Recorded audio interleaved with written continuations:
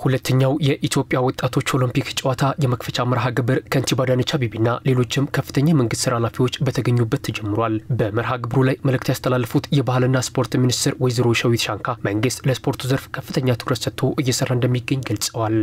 የስፖርት መሰረተ ልማት ጥራትንና በብዛት ለማሳደግ በክቡር ጠቅላይ ሚኒስትራችን ልዩ አመራር ባለፉት ጥቂት ዓመታት ብቻ ከመካከለኛ እስከ ዓለም አቀፍ ደረጃ ያሟሉ በርካታ የስፖርት ማዘውተሪያ ስፍራዎችንና ፋሲሊቲዎችን በመገንባት አገልግሎት እንዲሰጥ አድርገናል።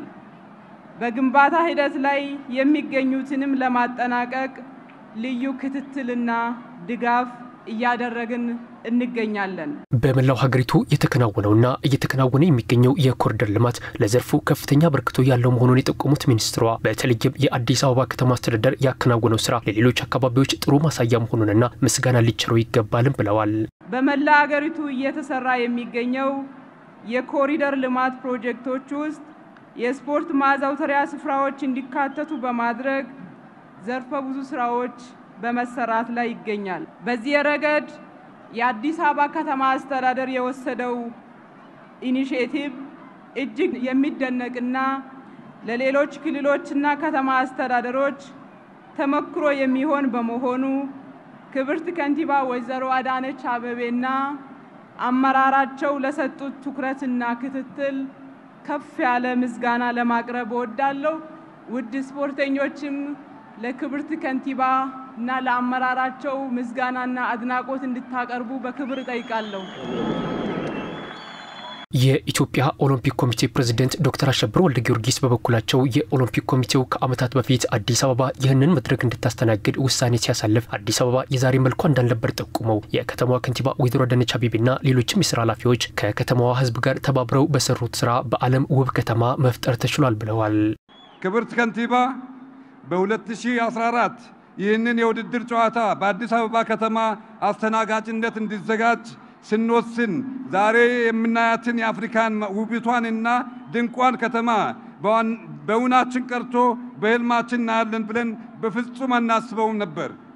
ክብርት ከንቲባ አዲስ አበባ ከዓለም ውብ ከተሞች አንዷ ማድረጎ ብቻ ሳይሆን የአዲስ አበባ ወጣቶች ስፖርት የሚያዘወትሩበት ከ1500 በላይ ደረጃቸውን የጠበቁ የስፖርት ማዘውተሪያ ሰርተው ስላስረከቡ እንደዚህ አይነት ነገር ለማድረግ ለሁሉም አይታደልምና ክብርት ከንቲባ እንኳን የደከሙ እንኳን ታሪክ የሰሩ እንኳን ደስ ያለዎት። መሰል የስፖርቱ የመሰረተ ልማት ስራዎች ለሀገሪቱ ተጨማሪ ትላልቅ ዓለም አቀፍ ስፖርቶችን ለማዘጋጀት እድል የሚፈጥር መሆኑንም አብራርተዋል።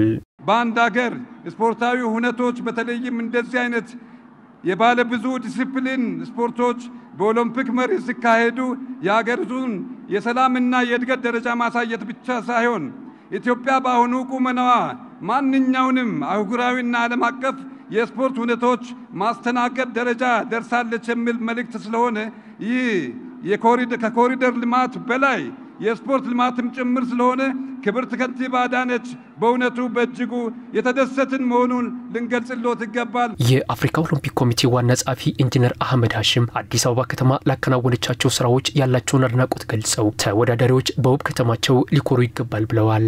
Let me to start with the honorable mayor of Addis Ababa. What a great job has been done in this city.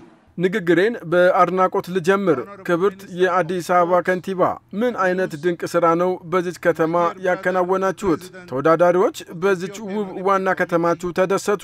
ምናልባት አንዳንዶቻችሁ አዲስ አበባ ስትመጡ የመጀመሪያችሁ ሊሆን ይችላል። በዚች ውብ ከተማ ልትኮሩም ይገባል። Be proud of this very beautiful city of Addis Ababa. ሁለተኛው የኢትዮጵያ ወጣቶች ኦሎምፒክ ጨዋታ እስከ ጥቅምት 23 እንደሚቀጥልም ተመላክቷል።